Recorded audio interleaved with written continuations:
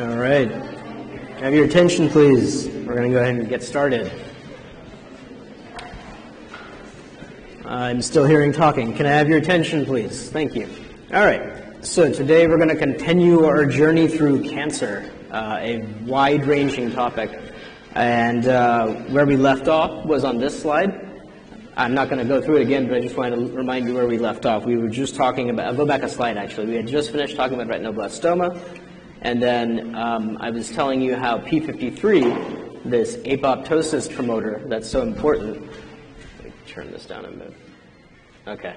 That apoptosis promoter that's so important is present, well, mutations in it are present in a wide variety of cancers as shown down here.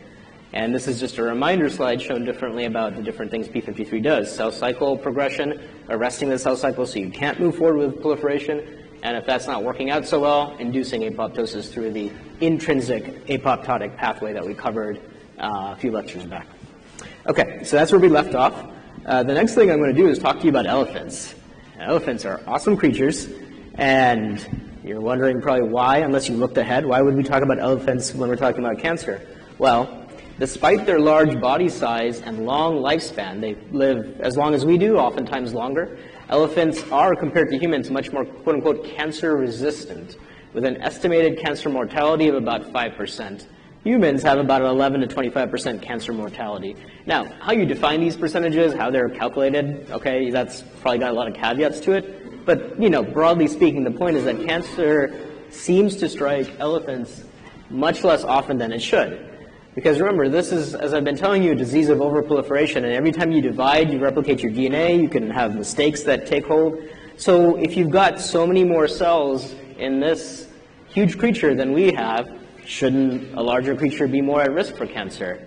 Turns out it's not, and that's a strange mystery that's actually broadly across organisms for a long time puzzled people, and there's a professor, his last name was Peto, who came up with Peto's paradox, and that's this question: why wouldn't bigger creatures have cancer more often? So I'm going to give you part of the answer to that, the punchline right now, which is that we have one copy of P53, that gene we keep talking about, one of the many important tumor suppressors that we have. It turns out elephants have 20 copies of P53. So let's think about what this means. If I get mutations in both of the alleles of my one P53 gene, leaving it not functioning properly, like we talked about, remember, loss of function mutations in tumor suppressors can create issues, put you at risk of cancer. If I have mutations in my one copy, then I'm in deep doo-doo. But if this elephant has mutations in one copy, it's got 19 other copies, right? So it would have to get mutations in 20 different copies of P53 that stop P53 functioning before it had essentially the same general effect from lack of P53. There's a lot of redundancy built in here. So this is part of why people believe these large creatures don't get cancer more often, is because they've evolved to have multiple copies of genes that are critical and that should not be misregulated that could then lead to cancer. So why is this relevant to human health? Well, imagine if we could understand how these different copies work. They're not all the same, actually, in elephants, the 20 copies. So learning about how they work and how we might try to modify expression of P53 could lead to new ideas for treatment in humans. So it's really kind of important to study evolution or other creatures to try and get a sense of that. The second part of what I want to tell you about this that's really neat is there's a group at the University of Chicago, Vincent Lynch's lab, that's been working on this question beyond just P53, and they found something really cool that they published not that long ago. They found what the media has nicely named a zombie gene, and that's actually kind of appropriate. So I'm going to go to a web page to show you. These are the two stories that are really worth reading. If you have interest in this topic on your own time, by all means check them out. I'm going to quickly bring up this second link and show you what I'm talking about. Okay, so Vincent Lynch's lab at University of Chicago. So this first part up here is what I've just told you. Okay, there's 20 copies of P53 in elephants, and it's thought to play a role, and okay, maybe it's helping to stop cancer. Well, the second element of this process that Lynch's lab found is an anti-cancer gene that returned from the dead. So what they, we have, our DNA is full of quote-unquote junk, right? But it's not that simple. And oftentimes that quote-unquote junk DNA can actually be doing something or can re-evolve the ability to do something.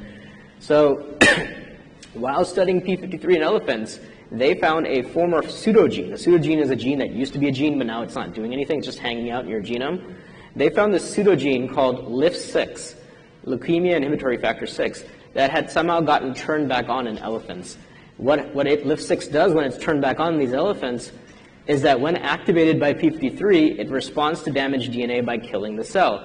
In fact, it makes a protein, a LIF6 protein, that goes to the mitochondria. Remember, the mitochondria are so involved in the intrinsic apoptotic pathway with the release of cytochrome C into the cytosol. Well, in this case, LIF6 protein goes to the mitochondria and starts poking holes in it, like literally poking holes in this mitochondrion, which causes that cytochrome C to leak out, forget the BCL2 proteins and all that, and now that cytochrome C is in the cytosol, is detected and starts the intrinsic apoptotic pathway. So this is a very directed, targeted way of saying let's kill the cell off that re-evolved in these, or rather reactivated in these elephants. And so that's just one, and again, you can read, I'm not going to go through all this, but there's a lot of interesting info in here. You can check it out. And so to bring up this slide again, one figure I've taken from that article is this one. This kind of sums up what I'm telling you. So we all have LIF genes. All mammals do. We have one LIF gene and something that turns it on. Okay, so it's doing whatever it needs to do. And then elephants and their smaller kin have multiple inactive copies, pseudogenes, that are not doing anything, in addition to the one that is doing something. And then what happened is that only in elephants, not in the smaller kin, smaller relatives, one of those copies was reactivated. Just genes moving around and, selection, evolution. At some point this happens where you have p53 being able to activate this one copy, which is now going to the mitochondria and poking holes in it. So evolutionarily speaking, this kind of makes sense when you think about it, that a small creature doesn't have that many cells, doesn't have a huge cancer risk. It's probably not going to even live all that long before something eats it or it dies of natural causes. And on the other hand, this guy, this gal, this elephant, needs to have the ability to live long and not get cancer and raise its progeny. And so it had some selective pressure to re-evolve this ability. So just something to think about, that, why do we get cancer? Why do other creatures not get cancer or get cancer? There's a lot at play here, and it often comes back, or always comes back, to proliferation, apoptosis, and survival, the things we've been talking about. Okay, so this statement kind of sums up that broad idea that you have a few pathways, a few processes, proliferation, apoptosis, etc. And so you have this clustering in these pathways, which is what you've been hearing from me the last couple of lectures. This is an example of that. As written up here, do not memorize. These are listed to illustrate the diversity of methods to inhibit apoptosis and increase the risk of cancer. So it's FYI, okay? I don't expect you to memorize all this stuff. But I do expect you to understand a figure like this, because we've been talking about pathways and processes. And so hopefully by now, what's different from the beginning of the semester to now is that you could look at something like this and it starts to really make sense because you've learned a lot of these things. Here, for example, is the intrinsic apoptotic pathway that you heard about. There's procaspase 9, there's an apoptosome, right? These are the things I taught you about a few lectures back. And sure enough, shown here is this intrinsic apoptotic pathway that starts with the mitochondrion and the release of cytochrome C. On this side, you have your extrinsic apoptotic pathway that I taught you about. A ligand binding to a death receptor, and then you have a complex, the death complex that forms. Here's your caspase, procaspase, and so on and so forth. And both pathways are leading to apoptosis. So if you're able to kind of look at this and read it, and it all kind of makes sense after you've looked at it, you're doing well. If you cannot, go study. Study harder, because you got 2 exams to go. This is stuff that you've been taught, and what I expect you to know is being able to read these pathways and make sense of the diagram like this. Doesn't mean you have to memorize all the components. For example, I never taught you about APAF1. I don't need you to know what APAF1 is, but I need you to be able to understand how these pathways are working, which is what we've been talking about. All right? So use this as one of the many study guides that you have throughout your lecture notes and the next slide as well. But before I move forward, I do want to kind of highlight a couple of these because some of you have asked questions that these points actually help address. So, for example, I've been asked this question a few times and I've given slightly different answers, that if you can kill a cancer cell, let's say from other cells, then how do you escape that if you're a cancer cell? And there's a lot of ways the cancer cell can escape being killed: by disguising itself, by physically, for example, hiding in the place where immune system cells can't get to it easily, or by chemically or molecularly disguising itself. And one example of that is shown down here. So, and this is kind of answers directly that question. Some cancer cells, particularly lung and colon cancer cells, secrete elevated levels of a soluble quote-unquote decoy that binds to FAS-L, plugging it up so it cannot bind fast. So to remind you, FAS-L is the ligand shown here with the square that binds to FAS, shown with this blue box, the death receptor. So if this cell that's supposed to die, let's pretend it's cancer, secretes something, a decoy, that binds to this red box, stopping it from binding to this receptor, then even though you should die, you've now inhibited this immune system cell from being able to kill you. All right? So that's one example of what cancer cells can do. Releasing a decoy, something that's playing defense, basically, that binds to the ligand here, or the cell surface ligand here, and stops this immune system cell from being able to actually bind to and kill the cancer cell. So there's a lot of things that cancer cells can do that they can try to do to avoid apoptosis. And there's many others listed here that you can take a look at if you're interested. Just one other quick example, just for fun: melanoma, the most dangerous type of skin cancer. Those cells avoid apoptosis by inhibiting a gene APAF1 that you haven't learned about. That's important for apoptosis. So it can be really simple. Let me inhibit a gene that's important. Or it can be a little bit more elegant, if you will, where it's like, okay, let me secrete something that's going to block the immune system from attacking me. Right? Any questions so far? Yes?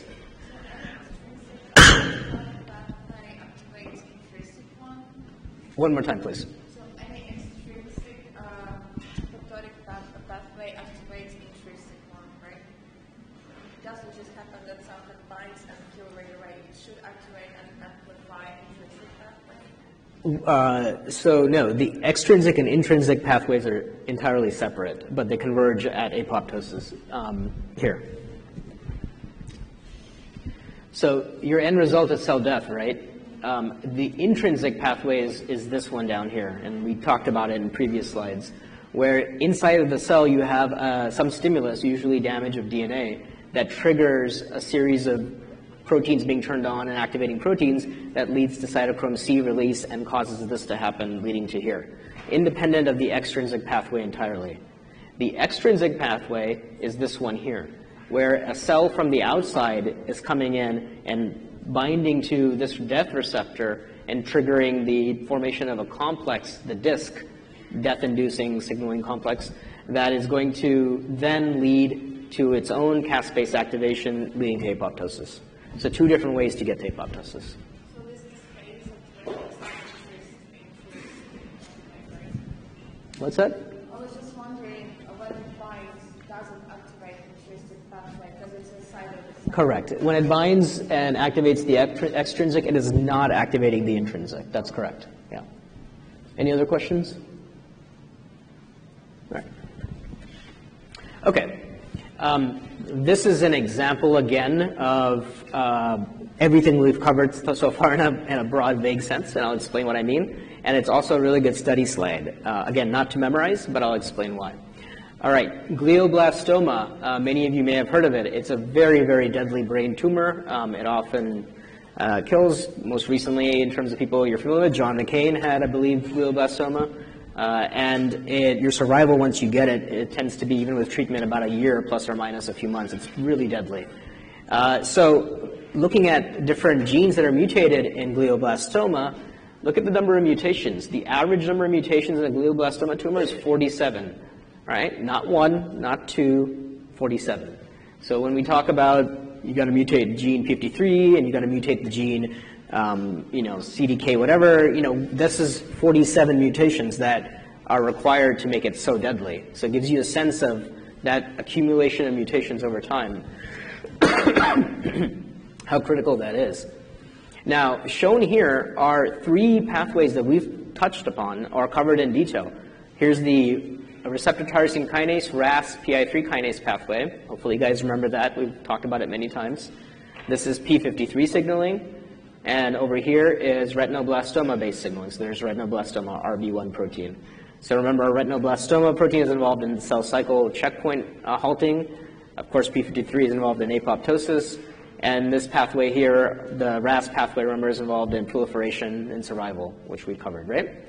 So 3 major pathways. Look at what percentage of glioblastoma has mutations in these pathways. 88%, almost all glioblastoma have mutations in this pathway. 87%, 78%. So you start to see what's happening here, that you have very significant critical pathways that are targeted by cancers that let them propagate, basically.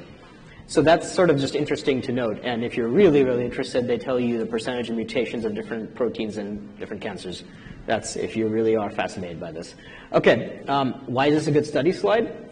In blue and red are shown inactivating and activating mutations. So if you have a gene that is inactivated and that can lead to cancer, is that a tumor suppressor gene or an oncogene? All right, for those of you who are sleeping and are just now listening to me for the first time, if you have a gene that is mutated so that it's inactivated and that could lead to cancer or put you at risk, is that a tumor suppressor gene or an oncogene? Ooh. All right. Yeah, the other one. So they're tumor suppressor genes because remember, if you have, for example, P53, which is important for causing cell death, and you lose the function of P53 from inactivating mutations, it can't do its job, it can't promote apoptosis, it puts you at risk for cancer. It's a tumor suppressor gene, loss of function. All right? Conversely, if you have a mutation that activates, that makes the protein more of it or more active, that is then an oncogene, or a proto-oncogene becoming an oncogene. All right? So definitely a good study slide from what I just heard.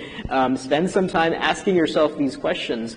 Okay, this thing is red, so based on what the professor just told me, it must be an oncogene when it's activated. So what happens? Well, if I activate PI3K, if I make more of it, more AKT is activated, more FOXO is inhibited, and it tells me that FOXO was inhibiting proliferation, so if I inhibit FOXO, I'm going to have more proliferation. Okay? Activating mutation, leading to more proliferation. Use this to practice the same signaling pathways I've been trying to get you guys to learn, right? Arrows and upside down T's. How do you put it all together? So practice cell signaling pathways. Practice understanding holistically how these genes are put together, and then use cancer as the framework to learn it in activating mutations in tumor suppressor genes, activating mutations in oncogenes, and look back at the slides I presented to you about those topics for more information. So those of you who have been coming to me saying, what do I study? I'm telling you what to study. All right? You have the bullet list at the front of the lecture, and then you have these things I'm emphasizing for you. Again, I don't want you to memorize. You hopefully know this by now from my other exam. I don't want you to memorize what any of these are. I want you to understand how they work. And there's a significant difference there. Okay. One of you asked about breast cancer, right? And we talked a little bit about BRCA1 and BRCA2.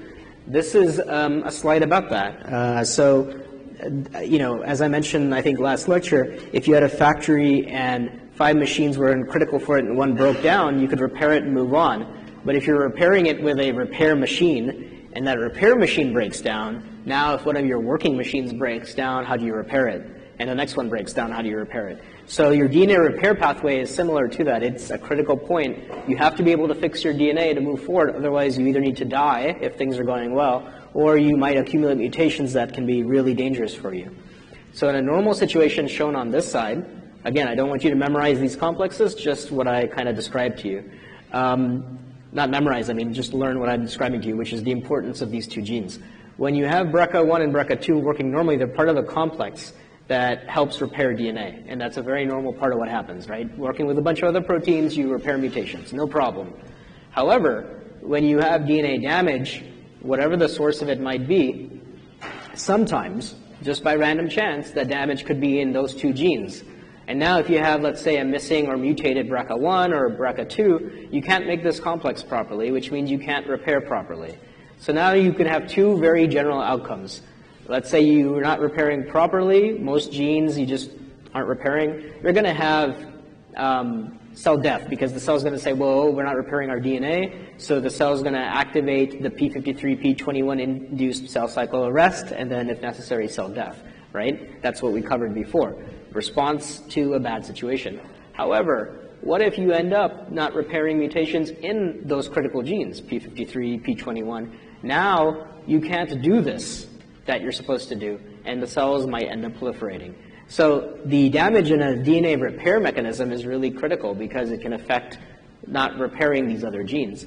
BRCA1 and BRCA2, about 60% of women who have inherited a harmful mutation in one of these genes will develop breast cancer at some point during their lives, which is why now we screen for these mutations in women, and a lot of times removing the tissue is a good idea because of this risk factor that you have.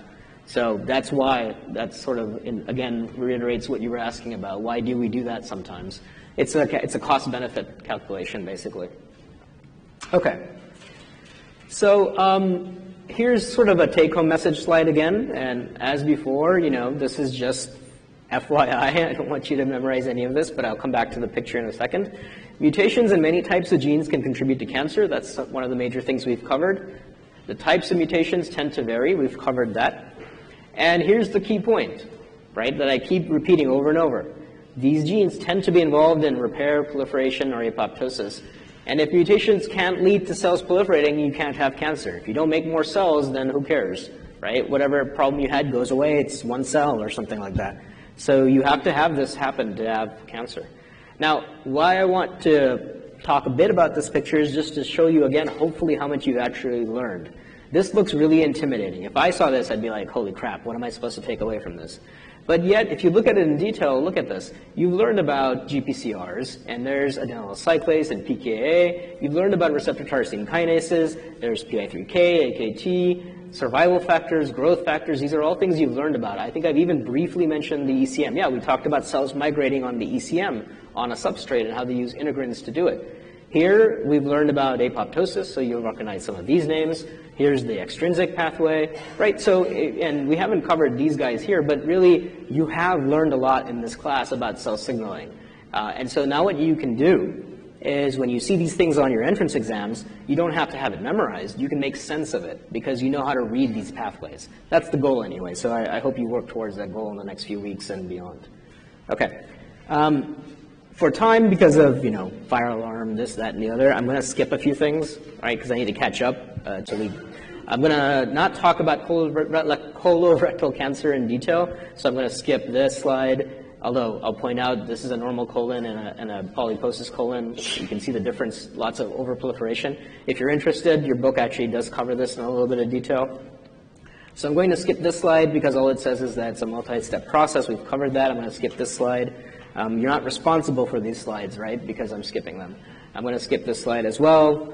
This was mostly to show you how to make a really bad graph, so we're not going to talk about that. It's actually, there's a lot wrong with this figure. You can look at it if you're interested. It's terrible. Okay. And we're going to skip Wnt signaling also for time, and so we're going to skip all this stuff. All right. This is where we're going to now continue. I do want to leave you with some holistic understanding of what we're trying to do with cancer and this section of the lecture. So let's talk briefly about therapies. That's an important thing, and we've talked about them somewhat, but here they are summarized. So cancer cells are typically mutated way beyond repair and can't be fixed, and so the focus tends to be on killing them off, and that requires having specifically treatments that specifically target these cells. That's easier said than done. If you have friends or family or yourself who have ever undergone chemotherapy, you know well that trying to kill cancer cells poisons your body, kills your own cells, and it's a necessary thing you have to do because you need to get that cancer out of the way. So ideally, you would target only the cancer cells and not your normal cells. And we are making progress towards doing that, but it's really tricky, right? You have to have a way to do that, whether it's molecularly targeted or physically targeted just to the cancer cells. So here are some examples of things that are done. Surgery to cut out the cancer cells, radiation therapy, chemotherapy, drugs that kill proliferating cells. But this is why we do this, right? Because your cancer cells are proliferating faster than your normal cells, if you target proliferation as a process, even though it's not specific to cancer cells, it will hurt them more than your normal cells. And so the idea is to try and stop that overproliferation. Immunotherapy, this is a hot topic right now. Can you take your own immune system and improve its ability to recognize and destroy these mutant cancerous cells that it's not able to kill off right now? That's a really exciting topic these days. And I think we'll cover it a little bit when we down the road. And then, of course, targeted therapies. This is the dream. Can you take an antibody or some sort of a binding thing that's going to only hit the cancer cells and deliver your therapy right to them and not to the other cells? So these are some examples of that. This is a slide I showed you many, many lectures ago when we were talking about RTKs, and I was trying to get folks interested by why our receptor tyrosine kinases might be actually worth listening about. And here is the slide again, because of course now we're talking about cancer. And so I won't run through all of it again, but just a reminder that one existing therapy that's really effective works because a company took the time to do the research and find an antibody that would bind to this receptor, and by binding to the receptor, stop the signal transduction pathways that lead to abnormal growth. And this is binding to a receptor tyrosine kinase. So just a reminder of that. Okay, I want to give you another example of how therapies have been successful, and this is more molecular, genetic, if you will, and how I hope it helps further emphasize the value of basic science towards therapies. So chronic myeloid leukemia was the first malignancy to be linked to a clear genetic abnormality. And that abnormality is known as the Philadelphia chromosome. Now, here's the really exciting thing. This used to be super deadly, and now our survival rate with treatment is 89% over 5 years. So how did that happen? How do you go from a really deadly cancer to 89% survival over 5 years?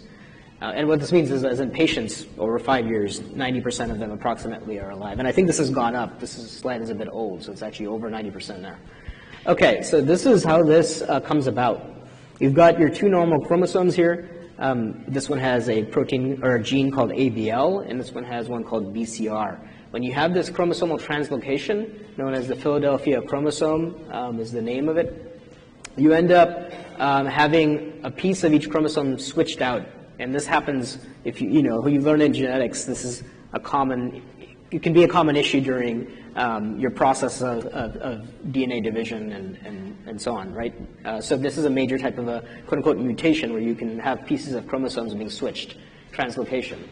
And so in this particular case, with these two chromosomes and these two genes, based on where they're located, what happens is on the smaller chromosome, 22, you end up putting BCR, sorry, there's a typo here, BCR and ABL together. And by sheer bad luck, they come together in a way that their coding frames are in sync, and now you make a single fusion protein called BCR-ABL. Now, the reason that's not so great is because this BCR-ABL new protein that should never exist ends up being stuck in and binding to a number of these different proteins inside of your cell. This is your cytosol, that are really important for the pathways we've been talking about. So it turns out this binding in this complex ends up triggering the suppression of apoptosis and the promotion of proliferation and motility. All right, so this is like triple bad. I'm going to stop cells from dying. I'm going to promote them to divide, and I'm going to make them more motile so they can move to other locations, metastasize potentially, and then create problems after they metastasize.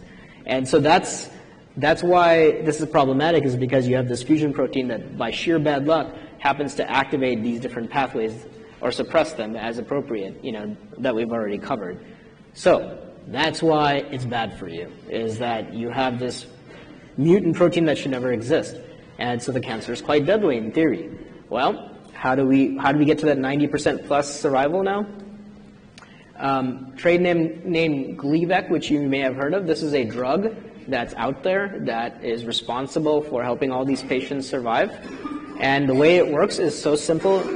It goes back to the very basics of what I've been teaching you, proteins binding the proteins and inhibiting that binding. So here's that mutant BCR-ABL protein in light blue. This is its yellow kinase domain that it uses to phosphorylate proteins, some of the things it's bound to here. And what this company did is to basically create, so this is what's normally happening here. You have a substrate that's phosphorylated. That's what this red dot is. Okay, that's what it does. This mutant protein. And so what this company does is make a different compound that will bind to this kinase site and stop its substrates from binding. In other words, it stops this guy from phosphorylating any of these proteins, stops its activity, and now all of this downstream stuff that it's causing to happen can't happen as well, and the tumor cell can't proliferate, and it's highly effective. So very good example of taking basic cell biology and then doing the therapeutic research to come up with a treatment that effectively stops that mutant protein from doing the harm that it does. And this structural diagram is just to illustrate, actually, this is a BCR-ABL protein. You can see quote domains, all those kinds of things. And then here's the drug that's binding in the middle of this and basically stopping this kinase from working. So kind of neat to think about. We are making progress. There are a number of cancers that we've made progress with treatments like this. Yes? Competitive antagonist? Yeah, so this is a good question. I was avoiding saying that, but so the question is this a competitive antagonist? Very good question, and since you asked, so when we talked about agonists and antagonists, we talked about ligands binding to receptors, right? This is not a ligand binding to a receptor. This is a protein with a kinase domain that's being inhibited, but it is competitive. And you could make an argument that its activity is antagonistic. I mean, yes, it is. But I don't want to confuse anyone because we're not talking about ligands and receptors here. So you can just think of it as competitive inhibition or competitive antagonism. So the concept is absolutely the same, but it's not a ligand and a receptor. Yeah, good question. Anything else? I think I saw another hand. No? Okay. Oh, hey, yeah. So when you have something that's like doing this, how do the effects wear off? Like, I mean, they know how long lasting they are, but if you're blocking this, like, do they know like when it will stop, or does it just continue? Yeah, it's a really good question. So that comes back to a couple of things. A little bit of chemistry, right? So kinetics of a binding reaction or the dissociation constant, those things you've learned about. To put it more broadly, is it reversible or irreversible binding? How much new protein is being made? So I could have something that irreversibly binds to BCR-ABL and completely wipes out its activity, but if the cell is making brand new BCR-ABL, and I've stopped adding my drug, then that's going to be free to do its job, right? So when folks develop drugs, you have to consider all these different things. What dosage do you give? How often do you give it? Oftentimes, low dosage multiple times could be more effective than one high dose because of what you just pointed out. If you give that dose and it wears off or goes away, and then new protein's being made, then you might still have the problem, right? So you may want to, that's where the clinical trials come in, where people do all sorts of permutations and trying to figure out what's going to be most effective. The other thing on the positive side is that you don't have to be like 100% effective, right? If you have a cancer that's growing out of control, if I can even cut that growth in half, then maybe that's sufficient for your immune system to now catch up to it, or for it to be slowed down so much that it's not able to do the next bad thing or what have you. So, you know, it's never an all or nothing thing, but that is definitely something that that therapeutics, they try to work that out. You know. Yeah. Is it possible to create a drug that contains CRISPR-Cas9 that specifically target this specific protein and cuts it? Yes. So the question is, can you use CRISPR-Cas9 to create drugs that specifically target this process? Absolutely. Great question. Actively in progress right now in many labs across the world. I think I have an example coming up of CRISPR-Cas9 in a little bit. And I think Srivatsa may have given you a few examples. So this is a very hot topic right now. Absolutely. We're making a lot of rapid progress. There's also some ethical issues that have come up. I think Srivatsa told you about those too. Some crazy things going on in other countries. But on the positive side, yes, it's a very effective tool for trying to develop new therapies. If we would use this therapy in combination with CRISPR-Cas9, maybe it's possible to completely treat this type of cancer. Yeah. So. Yes, so you can try to do sort of multifactorial therapies, right? If you've got a pathway that's critical, you could try to inhibit multiple parts of that pathway and be more effective. A lot of it comes back, again, to targeted therapies, because I could use CRISPR-Cas9 to, let's say, inhibit another protein that I know is important, but how badly is that going to affect my other cells? So for example, if you target AKT, this kinase we've heard so much about, I'm probably going to cause crazy problems throughout the rest of my body because AKT does so many different things. So the dream is, again, to try and use, whether it's CRISPR-Cas9 or something else, to target just the cancer cells. And I will give you guys an example of how you can try to do that. Okay, so yeah, this is the dream, just to kind of summarize.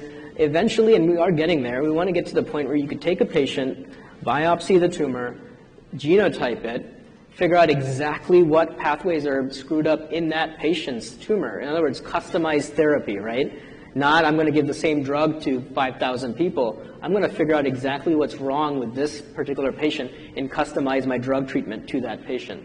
And so now you could do targeted drugs. You could even do screens with cells from this patient and see how well drugs are working on the cells from that patient that you biopsied, and then try to use those to really come up with a targeted therapy. The problem with that, of course, is it's practical, time, money, technology, research, but it's all happening right now. And so if you have, there's a lot of hope basically for the future for being able to do customized therapies of patients in the years to come. So kind of a neat thing to think about. You asked about CRISPR-Cas9. I want to share something with you. This is a little bit of an outdated story, but I'm going to still share it with you. So let me go to the web pages. Okay. So this is from 2016. There's been a lot of progress since then.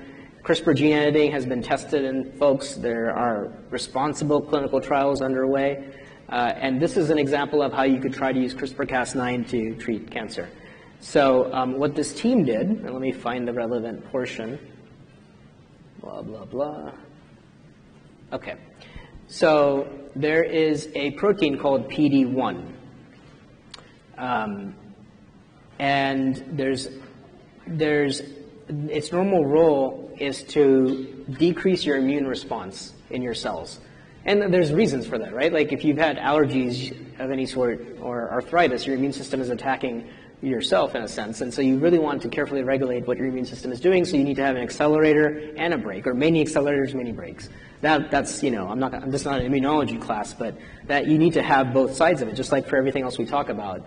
Pro and anti-apoptosis, it's pro and anti-cell division, and so on. So this protein PD-1 puts the brakes on a cell's immune response, and normally that's good, but cancers actually can take advantage of that to proliferate. In other words, they can promote PD-1 being activated, right? You could actually make more PD-1, right? Oncogene. You could basically inhibit the cells from killing themselves off. So what these guys did, which is really cool, is they took out cells from a patient.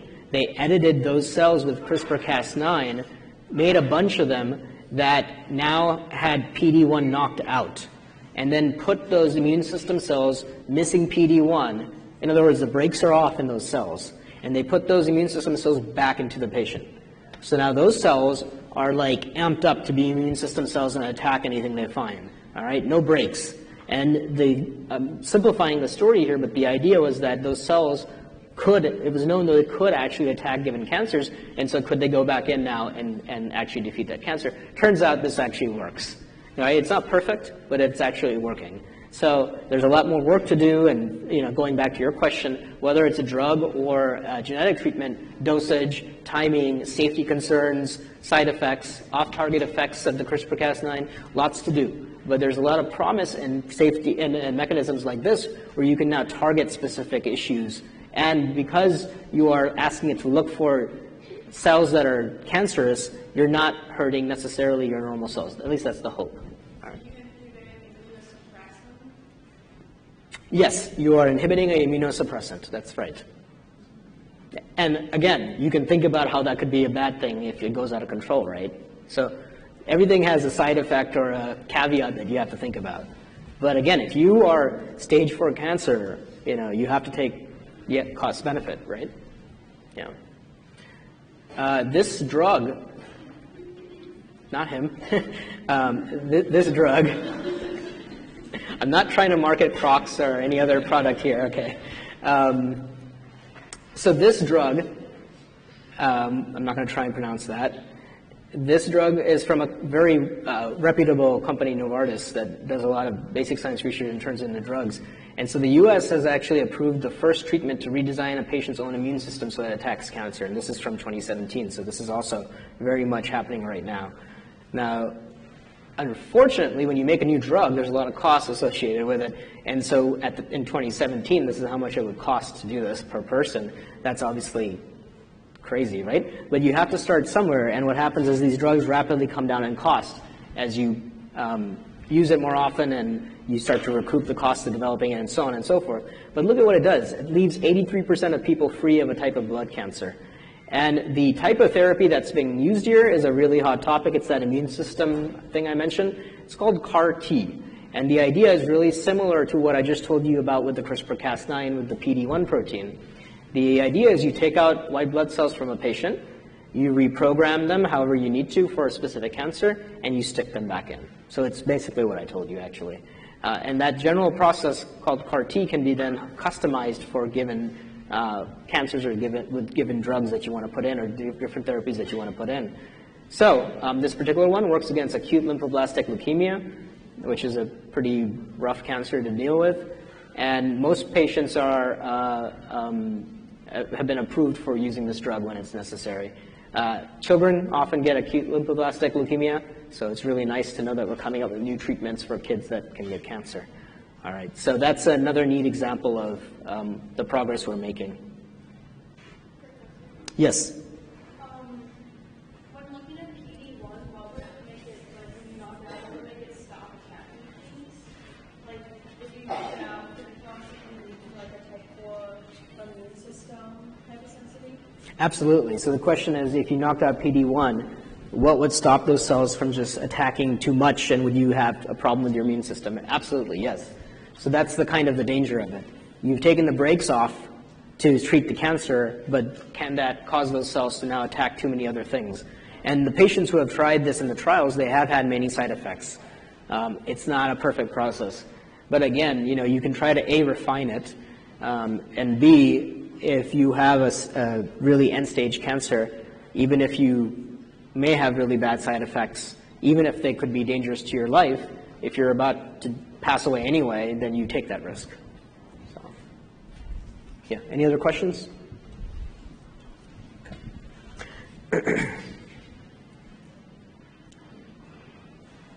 Okay, so that ends the mutation and proliferation part of talking about cancer. All right, so, you know, took longer than I expected given the fire alarm thing, but we got through all of that. What I'm going to do, and we're not going to rush through anything, right? I'll skip when I need to. And I've built in time so we can continue this lecture into the next one if we need to as well. I'm going to tell you about two other things that are really important for cancer: angiogenesis and invasion and metastasis.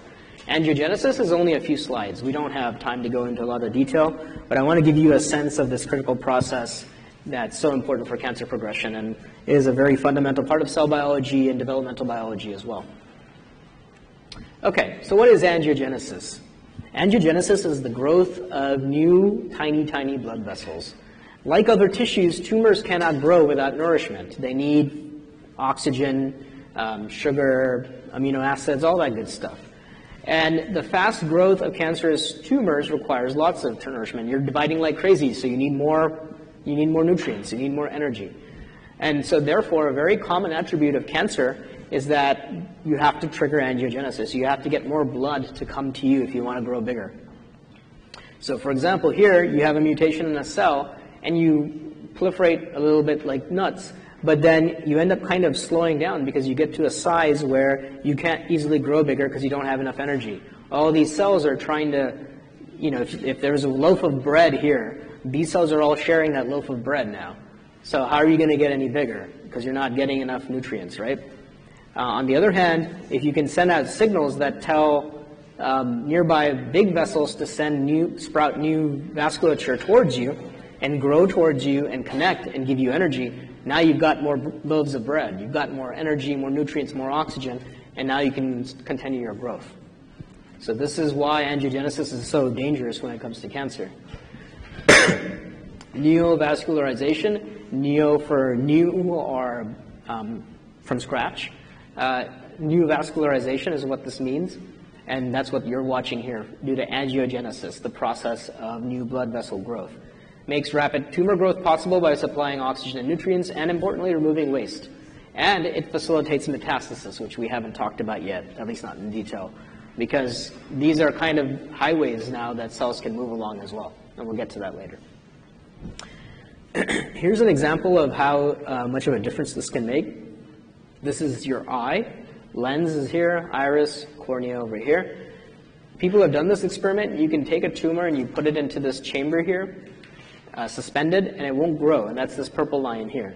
So over time, the tumor volume in millimeters cubed never goes beyond this level right here.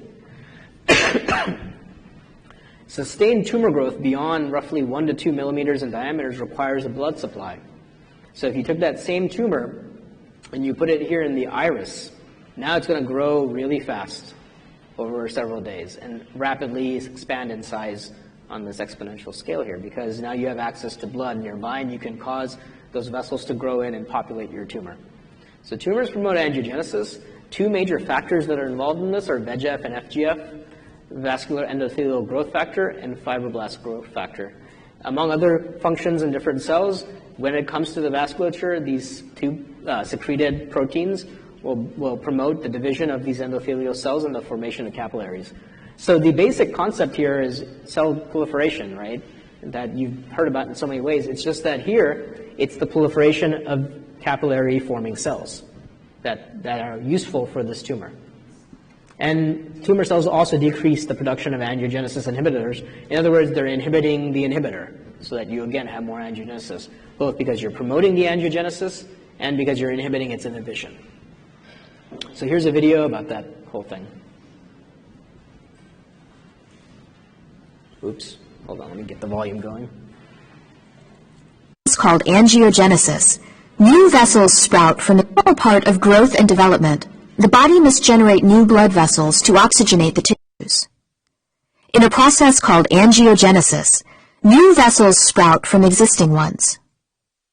In this movie, we see endothelial cells sprouting to form new branches from the aorta of a zebrafish embryo. Each sprout is initially formed by one or a few endothelial cells. The process begins when an endothelial cell of a small vessel is activated by an angiogenic stimulus, such as vascular endothelial growth factor, or VEGF. In response to the stimulus, the endothelial cell becomes motile and extends filopodia that guide the development of a capillary sprout. The leading or tip cell continues to move away from the capillary as cells behind it migrate in and divide, forming a stalk. The sprout begins to hollow out, forming a tube. In this process, penocytic vesicles fuse with one another. The large vacuoles formed in this way then fuse with one another, creating a lumen that runs through the capillary sprout. In culture, endothelial cells behave in a similar way. They spontaneously develop internal vacuoles that join up from cell to cell, creating a single lumen shared by many cells. In the example shown here, the individual cells contain either a red or a green fluorophore. Note that the areas of green and red are distinct. Even though cells share a lumen, they do not share cytoplasm and remain separate cells after the fusion events.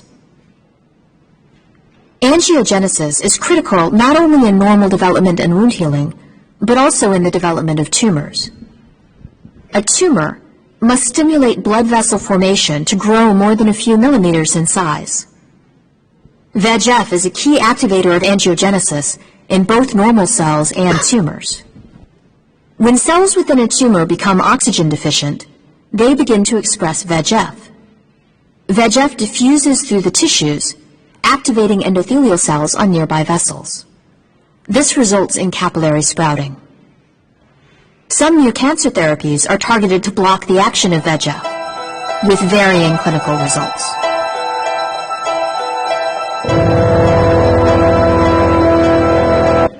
I don't get the sinister music at the end there. Like, what?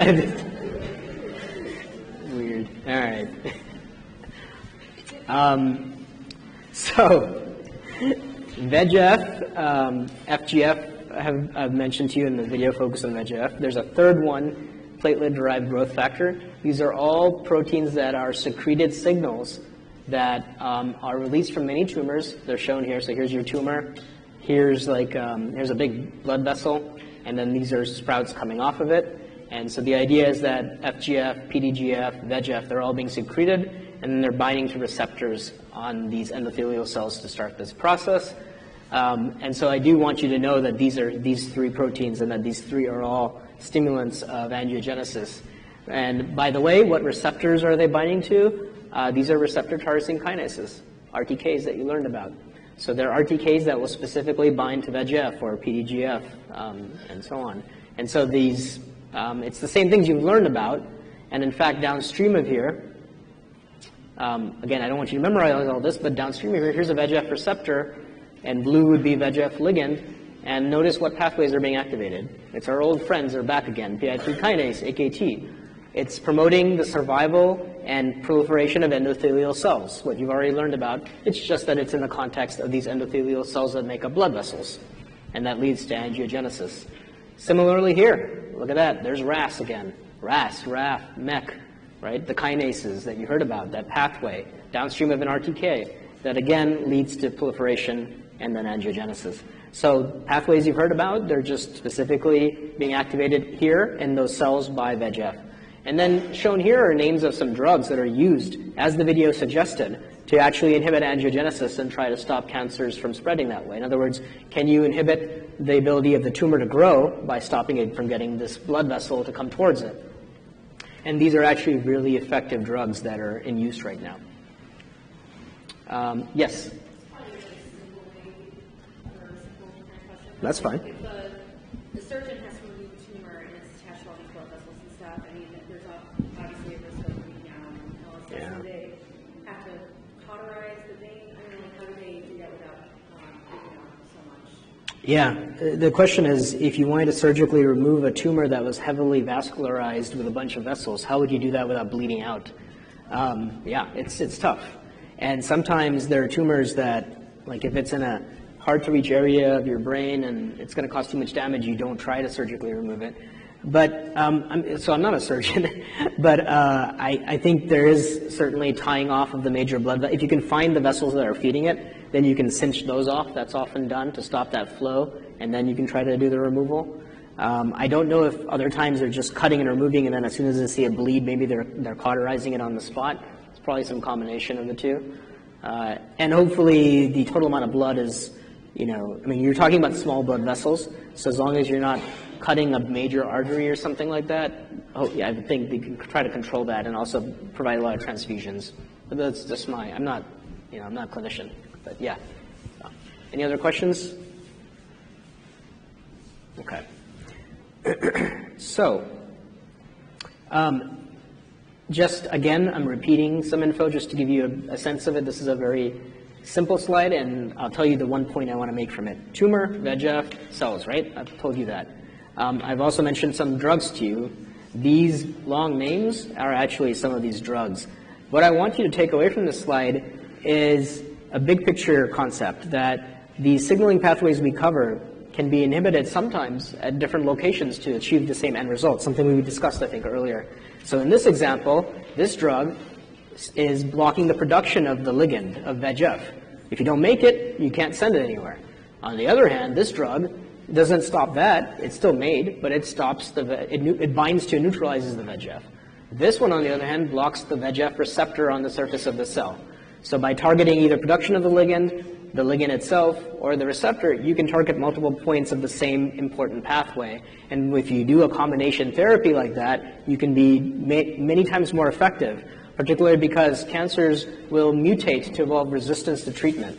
So if you were blocking production of VEGF, the tumor might accumulate mutations to get around that by making more VEGF a different way or something. But if you can block multiple points of the pathway, it's harder for the tumor cell to actually mutate enough to overcome that. So just food for thought about how we do treatments and how there's a kind of a tug of war or an arms race going on between the tumor and the treatments. Okay, just for fun and as hopefully inspiration, I want to tell you briefly about Judah Folkman, who passed away about 11 years ago. So he was a pioneer of angiogenesis research, and I'll play this quick video. Continuing that tradition, Dr. Judah Folkman, founder of the Vascular Biology Program at Children's Hospital Boston, was a true visionary and scientific pioneer. When he first proposed in the 1970s that a cancer could be kept in check by cutting off its blood supply, he faced skepticism from a broad scientific community that simply wasn't ready for his ideas. But he persevered, even when there were setbacks, and today, more than 1,000 laboratories worldwide are engaged in the study of angiogenesis, the field he founded. Because of Dr. Folkman's vision, more than 10 new cancer drugs are currently on the market, and more than 1.2 million patients worldwide are now receiving anti-angiogenic therapy.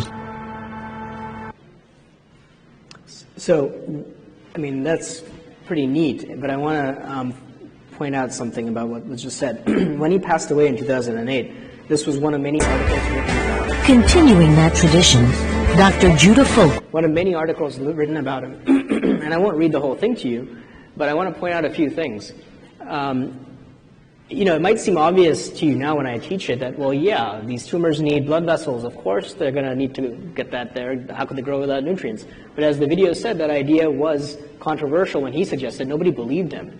And here, for example, is a really nice quote. One rejection notice from a review committee for a grant he submitted said, "This is just dirt."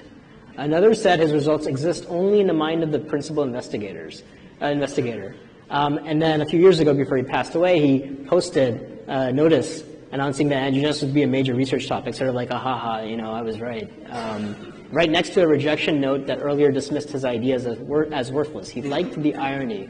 So I'm always hesitant to say to students, pursue your dreams no matter what, because I think that's wrong too. I mean, I don't think, you know, we hear about the success stories, we don't hear about the ones that didn't make it. And you do have to be practical. So for example, if I told you I want to dunk a basketball, and that's my dream and I'll achieve it no matter what, I'm full of it. I'm never going to dunk a basketball, all right? It's just not going to happen for me.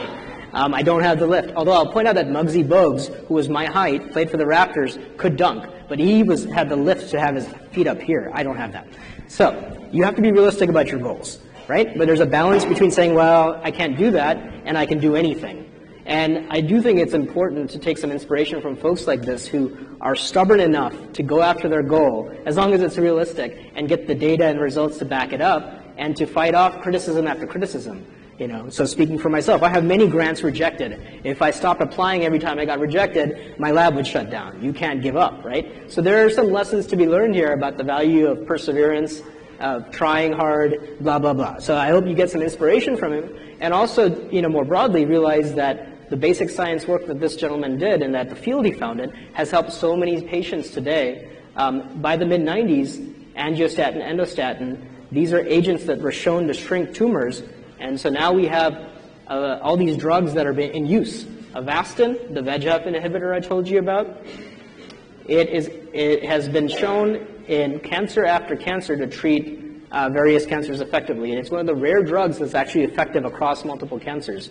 So here, for example, 2005, a third cancer type that the Avastin was able to help with, breast cancer. Here in 2009, brain tumors. 2010, ovarian cancer. That doesn't mean that Avastin is curing every cancer. It means that it is helping patients to some degree with multiple different cancer types because it's so important to stop that angiogenesis. And all that's thanks to Judah Folkman and the people who followed him and the hard work they've done. So something to think about. Yes?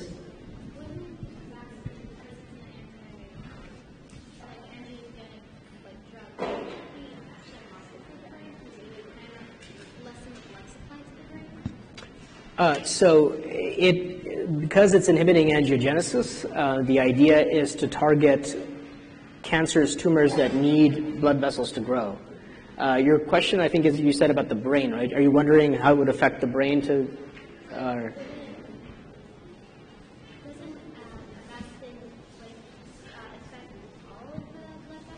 Right. Yeah. Right. So the question is, if you're inhibiting angiogenesis, wouldn't you hurt other parts of the body, like the brain that needs blood vessels? There's two parts to answer that question. One is something we covered earlier when talking about a different situation, which is with the PD-1, which is that every treatment is going to have some side effects, and again, it's a decision you make based on the situation. But the second part of it with respect to angiogenesis is that in an adult, on a day-to-day basis, you have very low levels of angiogenesis. So in your brain, for example, your brain is not proliferating rapidly. Very few parts of your brain, it's controversial, are actually showing significant cell division. So your vasculogenesis, your blood vessel layout of your brain is pretty well set. Yes, there's some angiogenesis that's going to happen over time, but it's pretty low levels, very, very low levels. So it's actually a very good target that way, because in an adult, one of the few places where you have active angiogenesis is if you have a tumor. Because most of your blood supply is wired already, right? You're not changing significantly. So yeah, there are some effects, and of course, like anything else, like if you have cells that are aging and have to be replaced, and then you do have to replenish your existing capillary cells, or if you had damage, then you would have to fix it. But again, you know, cost-benefit ratio. And so yeah. Any other questions about that? Okay. So that concludes the angiogenesis part of what we're going to talk about. In the next few minutes, we'll cover a little bit of invasion and metastasis before we pick it up next time. I'm sensing restlessness and noise, so it's probably a good time for a science Twitter break. And metastasis is going to be the topic. This is going to be a really neat video. These are two cell types that I'm going to show you. One is metastatic, the other is not. They're in two different colors. And the question is, can you guess which one is which? And I'm sure you can. Let me make this, oh, I guess I can't blow the GIF up. Okay. So here you go. You got blue cells and purple cells. Which ones are metastatic? Purple. You can see the difference, right? Most cells are hanging out. These guys are rapidly migrating into an empty space. And so that's metastasis for you. These are actually metastasizing cells, cancer cells. So we're talking about rapid migration and the ability to go to different places and do terrible, terrible things. Yes? What is the time frame? Great question. I don't know. I don't think it's in this.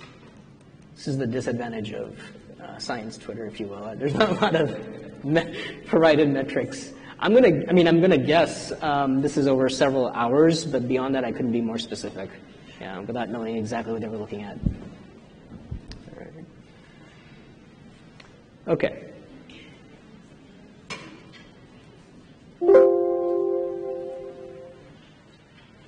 All right. So metastasis, in a nutshell, is the invasion of surrounding tissue. In particular, the invasion of surrounding tissue when you're not supposed to be there.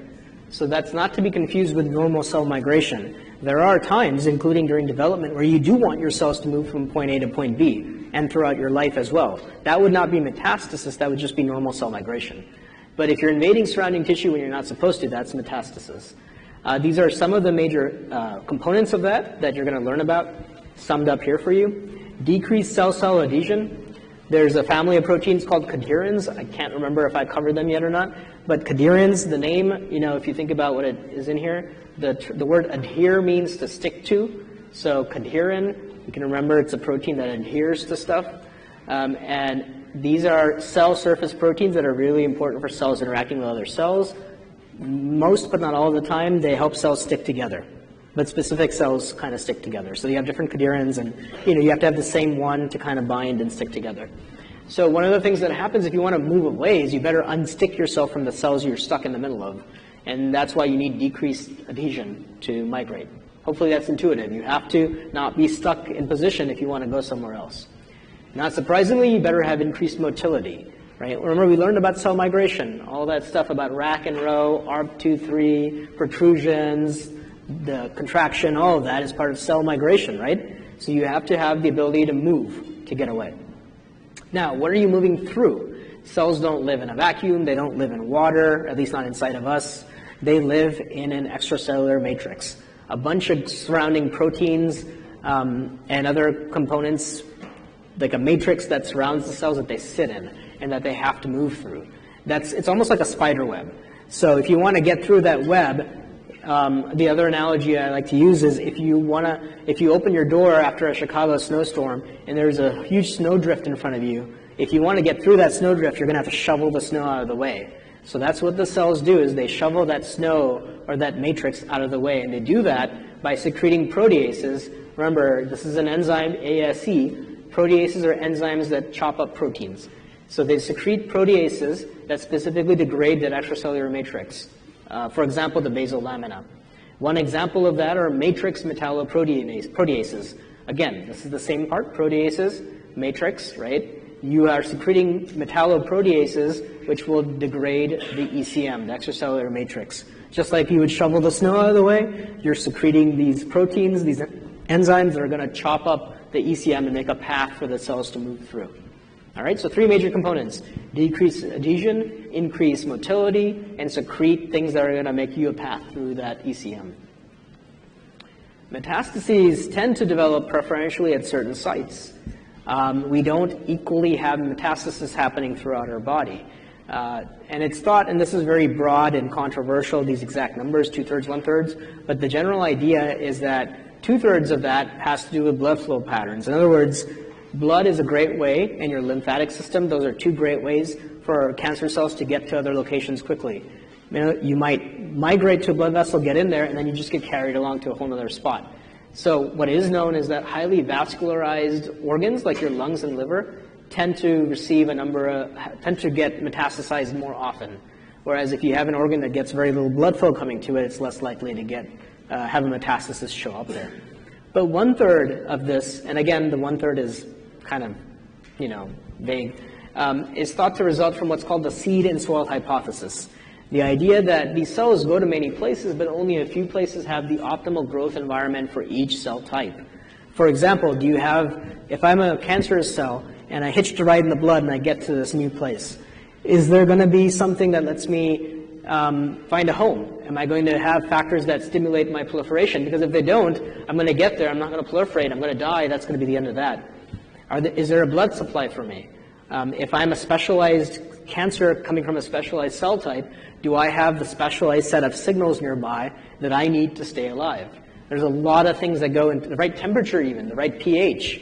These are all things that influence cell survival in different parts of your body and different organs.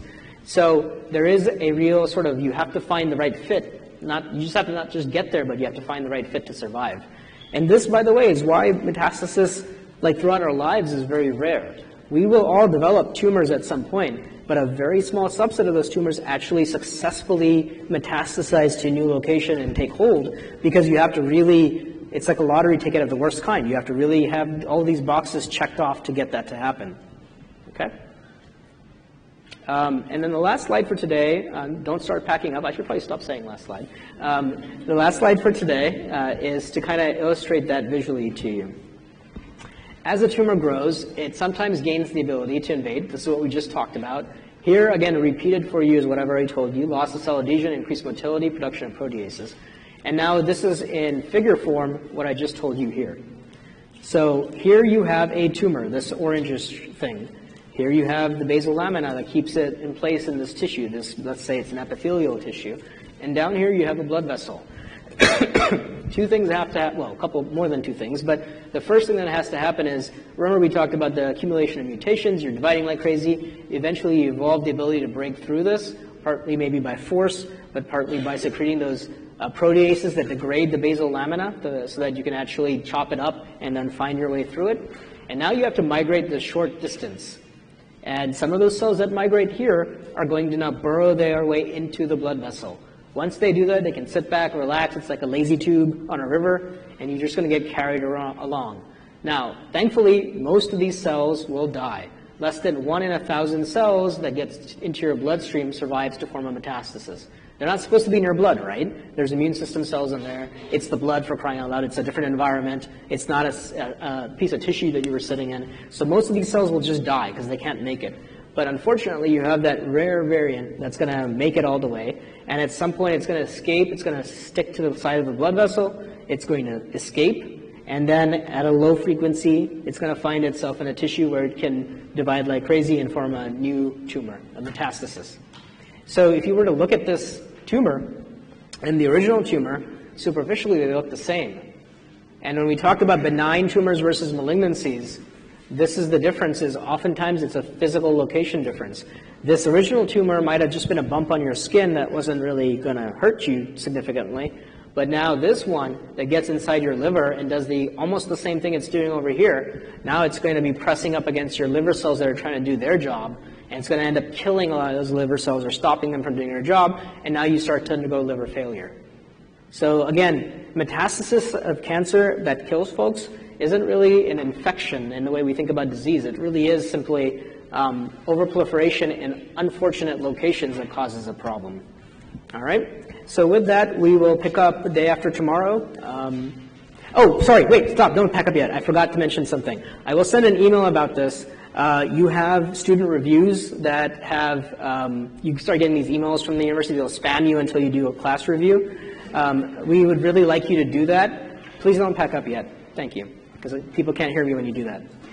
We would really like you to do that. It's really important, not just for us, but it's sort of paying it sideways to your future students. We get feedback that helps us make the class better. It's also important for the university, so you're strongly, strongly encouraged to do that, but I'm going to go a step further. Those of you who have been keeping track of your extra credit points, I told you at the beginning there's 10 total points out of your 400 for the class. You may have, if you counted up, noticed we're only at 9. Your last extra credit point involves doing your class reviews. It's an easy one. If you go and do your review for this class, and again, I'll send an email so that people don't miss this information. Once we reach a threshold, I think I have it set at either 75 or 80%, I'll say it in the email. Once that percentage of the class has done the review, and we get the percentages from the office, again, they're anonymous reviews, so I don't get to see who said what. All they tell me is this is how many people have answered it, and then eventually I get anonymous lists of the information. Once we hit that threshold, every single person in this class gets that last extra credit point. So it's a group effort, all or nothing. Either all of you get it or none of you don't. And I'll tell you that we've done this a few times. We easily hit that threshold if people actually take the 5 minutes to do the class reviews. Again, it's anonymous. You can say whatever you want, good or bad. I have a thick skin. I've heard it all before. I've been cursed at. It's totally fine. Put whatever you want in that review, but please do it. And again, I'll send an email about that. All right, I'll see you day after tomorrow.